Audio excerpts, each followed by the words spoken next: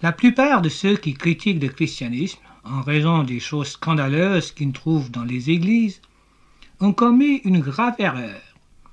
Ils ont confondu les églises complices de l'impérialisme, les églises qui défendent les intérêts des trusts et des monopoles, les églises qui, à l'aide de leurs baratins religieux, endorment les pauvres pour en faire des proies faciles de l'exploitation capitaliste.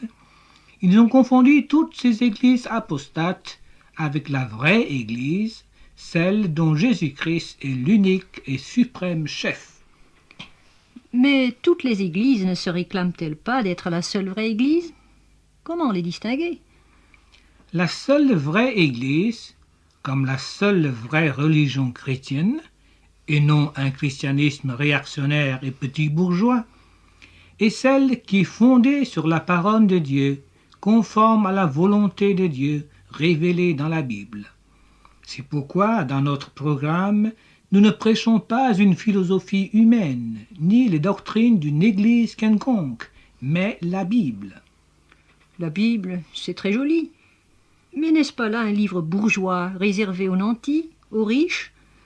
C'est là que beaucoup de gens se trompent. Ils critiquent la Bible sans l'avoir lue.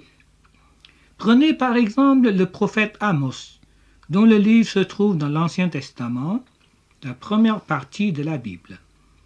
Amos prêche au 8e siècle avant Jésus-Christ, à une époque où son pays s'étend et s'enrichit, mais où le luxe des grands insulte à la misère des opprimés et où la splendeur du culte masque l'absence d'une religion vraie. Amos condamne au nom de Dieu la vie corrompue des cités, les injustices sociales comme un péché contre Dieu, la fausse assurance qu'on met en des rites extérieurs où l'âme ne s'engage pas. Écoutons. Vous qui opprimez les misérables, qui écrasez les indigents et qui dites à vos maris « Apportez et buvons », ils reposent sur des lits d'ivoire, ils sont mollement étendus sur leurs couches, ils mangent les agneaux du troupeau, les veaux mis à l'engrais, ils extravaguent au son du luth, ils se croient habiles comme David sur les instruments de musique, ils boivent le vin dans de larges coupes, ils soignent avec la meilleure huile. Écoutez ceci, vous qui dévorez l'indigent et qui ruinez les malheureux du pays. Vous dites, quand la nouvelle lune sera-t-elle passée afin que nous vendions du blé?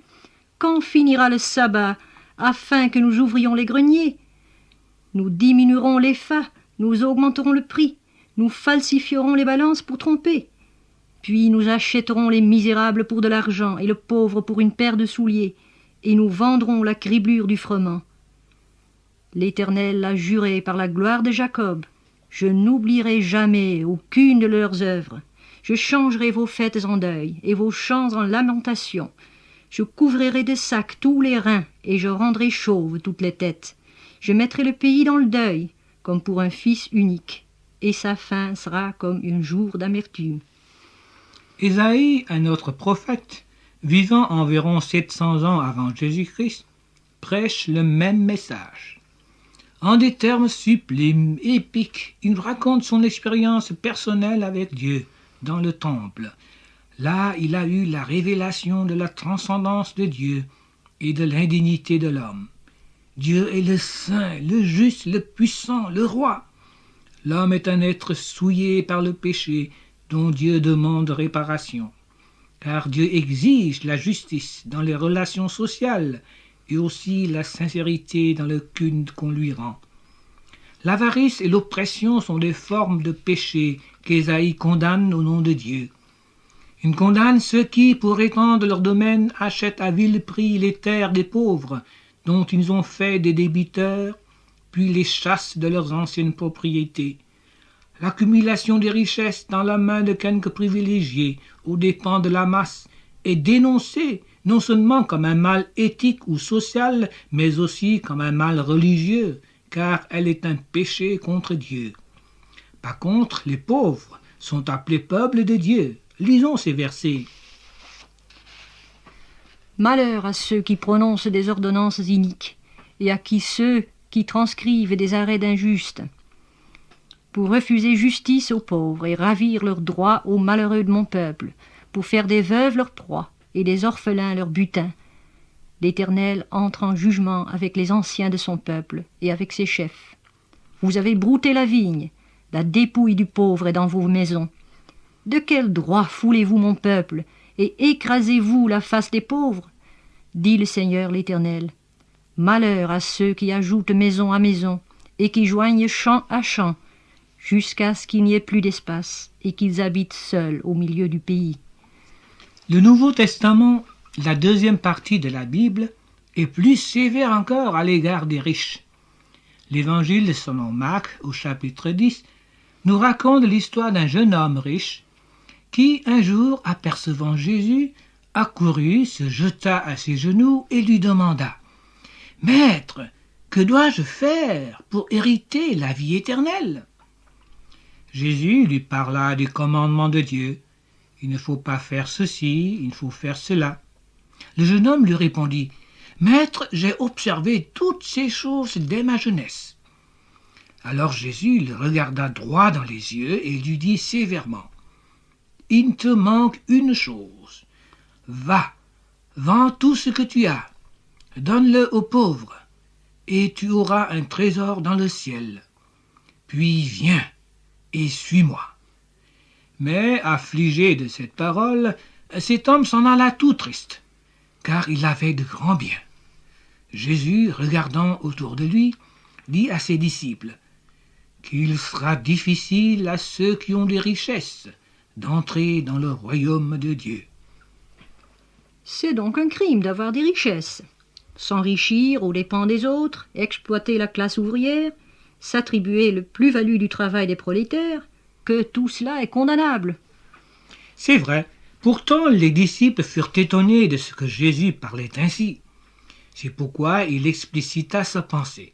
« Mes enfants, qu'il est difficile à ceux qui se confient dans leur richesse d'entrer dans le royaume de Dieu. » En d'autres termes, les riches cherchent leur bien-être dans le présent et l'assurance pour l'avenir dans leur compte en banque et non pas en Dieu.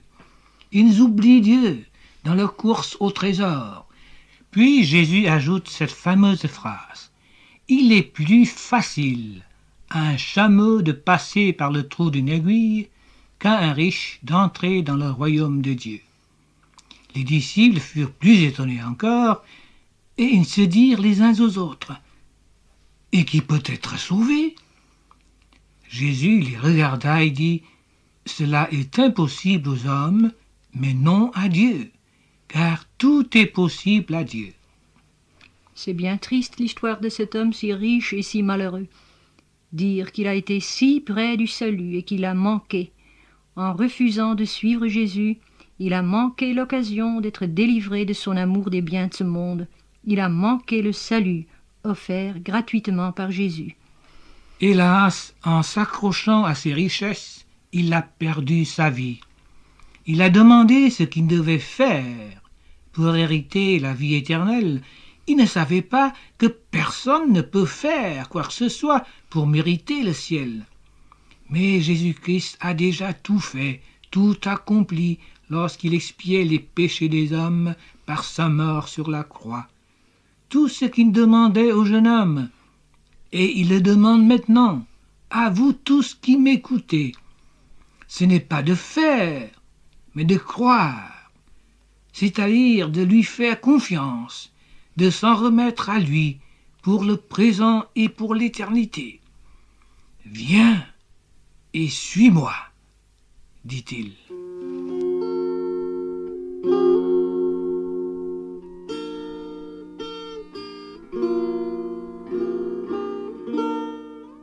Nous n'avons rien apporté dans le monde et il est évident que nous n'en pouvons rien emporter. Si donc nous avons la nourriture et le vêtement, cela nous suffira. Mais ceux qui veulent s'enrichir tombent dans la tentation, dans le piège et dans beaucoup de désirs insensés et pernicieux qui plongent les hommes dans la ruine et la perdition. Voilà ce que déclare la Bible. L'argent, l'argent, tout le monde court après l'argent, adore l'argent, c'est le Dieu de ce siècle. Est-ce que toute la vie humaine ne se résume qu'à cela? Est-ce que toutes les ambitions humaines ne sont tendues que vers la recherche des biens matériels? La vie est plus que la nourriture, le vêtement, l'argent, car Dieu a créé l'homme, corps, âme, esprit. Un jour, Jésus dit à ses disciples, « Si quelqu'un veut venir après moi, qu'il renonce à lui-même, qu'il se charge de sa croix et qu'il me suive. Car celui qui voudra sauver sa vie la perdra, mais celui qui la perdra à cause de moi la trouvera. Et que servirait-il à un homme de gagner le monde s'il perdait son âme, ou que donnerait un homme en échange de son âme? » De même, Jésus exhorte ses disciples, « Ne craignez pas ceux qui tuent le corps et qui ne peuvent tuer l'âme. Craignez plutôt celui qui peut faire périr l'âme et le corps dans l'enfer. » Malgré son confort matériel, malgré ses biens et son argent, l'homme moderne vit dans l'angoisse, l'anxiété, dans la peur du présent, de l'avenir et de l'éternité.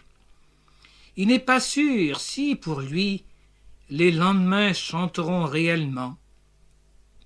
Un suicide toutes les 60 minutes, tel est le triste record que la France dispute à l'Allemagne et à la Suisse. Telles sont les séquelles du soi-disant progrès vers lequel notre société de consommation nous entraîne irrésistiblement. La raison de toutes ces angoisses, de toutes ces souffrances, est que l'homme tourne le dos à Dieu. L'homme veut vivre indépendamment de Dieu qui l'a créé. Pourtant, Dieu continue à parler aux hommes. Il parle par la Bible, qui est sa parole. Savez-vous l'écouter?